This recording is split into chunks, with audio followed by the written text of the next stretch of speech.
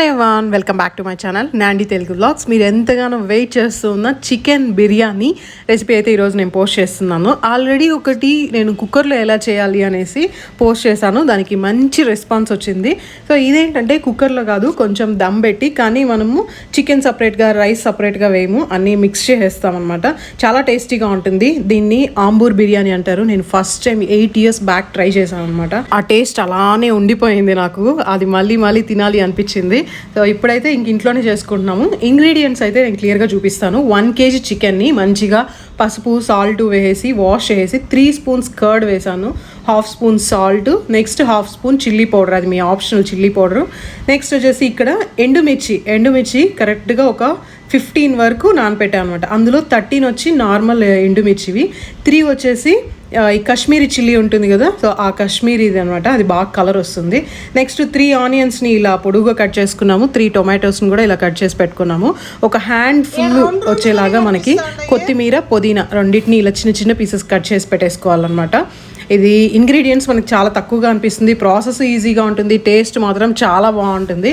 ఇక్కడ రైస్ అయితే నేను జీరా రైస్ని మంచిగా వాష్ చేసి, ఈ గ్లాస్తో నేను ఇక్కడ 2.5 గ్లాస్ జీరా రైస్ వేసాను. వాష్ చేసి కొలత ఏం లేకుండా ఫస్ట్ నానపెట్టేస్తామన్నమాట, తర్వాత వాటర్ వేసుకుంటాము.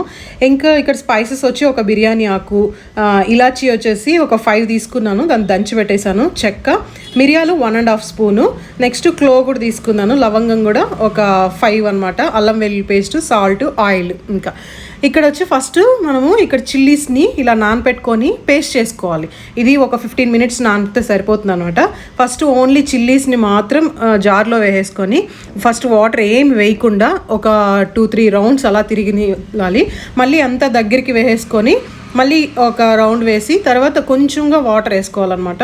ఇది ఎంత స్మూత్గా వచ్చేస్తే అంత బెటరు. కొంచెం ఘాట్ ఎక్కువగా ఉంటుంది, కొంచెం కేర్ఫుల్గా ఉండాలి. అంటే మూతని కొంచెం గట్టిగా పట్టుకొని కొట్టుకోవడం బెటరు, ఎందుకంటే స్పిల్ అయితే అది చాలా ఘాట్ అనమాట. కొంచెం వాటర్ వేసుకొని స్మూత్గా పేస్ట్ చేసేసి పక్కన పెట్టేసుకోవాలి. ఇదే ఇందులో మెయిన్ టేస్ట్ ఇది. నెక్స్ట్ వచ్చేసి పెప్పర్ ఇందులో మెయిన్ టేస్ట్ అనమాట. బిర్యానీకి అయితే ఇంకా బిర్యానీ పాట్ పెట్టేసుకున్నాము. దీంట్లో యూస్ చేస్తుండేది జింజలీ ఆయిల్. ఇక్కడ 4 to 5 spoons అయితే తీసుకున్నాను, చాలా తక్కువే యూస్ చేస్తాము. జింజలీ ఆయిల్ అంటే ఏంటి అని అడుగుతూ ఉంటారు, సెసమీ ఆయిల్ అనమాట. ఆయిల్ కొంచెం వేడి ఎక్కిన తర్వాత 1.5 spoon మిరియాలు దీంట్లో వేయాలి. బిర్యానీలో మిరియాలు ఏంటి అని అనుకుంటారు, కానీ ఆంబూర్ బిర్యానీలో ఈ మిరియాలే మెయిన్ టేస్ట్ అనమాట.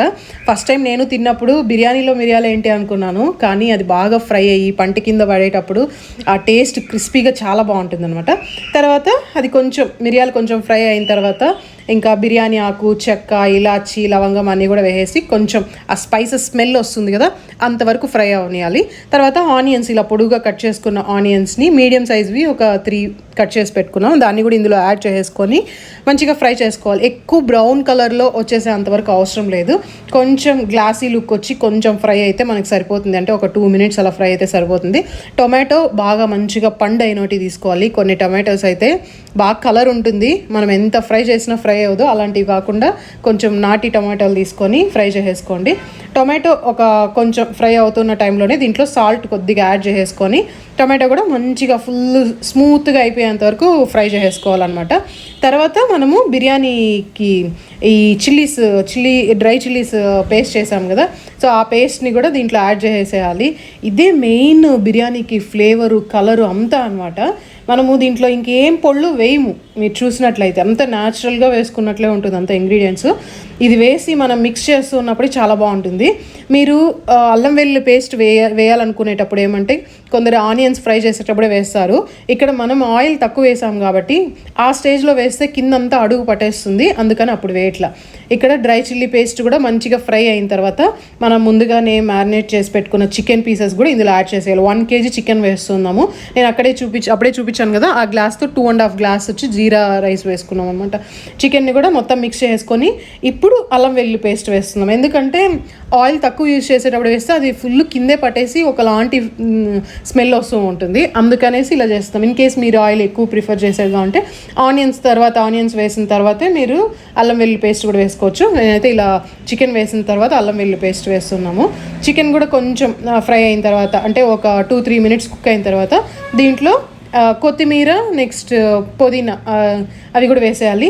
చికెన్ ఫుల్ కుక్ అయిపోవాలి. మీరు ఇంకా రైస్ వేసిన తర్వాత చాలా ఫాస్ట్ కుక్ అయిపోతుంది రైస్. సో రైస్ వేసేక ముందే చికెన్ని మంచిగా ఒక 10 minutes 15 minutes ఫుల్ సాఫ్ట్గా అయ్యేంత వరకు ఫుల్ కుక్ చేసేయండి. దాంట్లో వాటర్ అంతా ఏం ఉండకూడదు, వాటర్ అంతా వచ్చేసేయాలి, అంతవరకు కుక్ చేసేయాలన్నమాట. తర్వాత ఏంటంటే 1 glass రైస్కి 1.5 glass వాటర్ మాటకి వేయాలన్నమాట. మనం రైస్ని ఆల్రెడీ ఒక 1/2 hour పైన నానపెట్టాము, అందుకే 1కి 1.5 glass వాటర్ వేసేసి అది కొంచెం బాయిల్ అయిన తర్వాత మనం నానపెట్టుకున్నాం కదా, ఆ రైస్ని ఇందులో మిక్స్ చేసుకోవాలి. రైస్లో నానపెట్టిన వాటర్ వేయద్దు, ఎందుకంటే జీరా రైస్ వచ్చి చాలా స్ట్రాంగ్ ఫ్లేవర్ ఉంటుంది. ఆ వాటర్ని పడేసి ఓన్లీ రైస్ వేసుకోండి అంతే.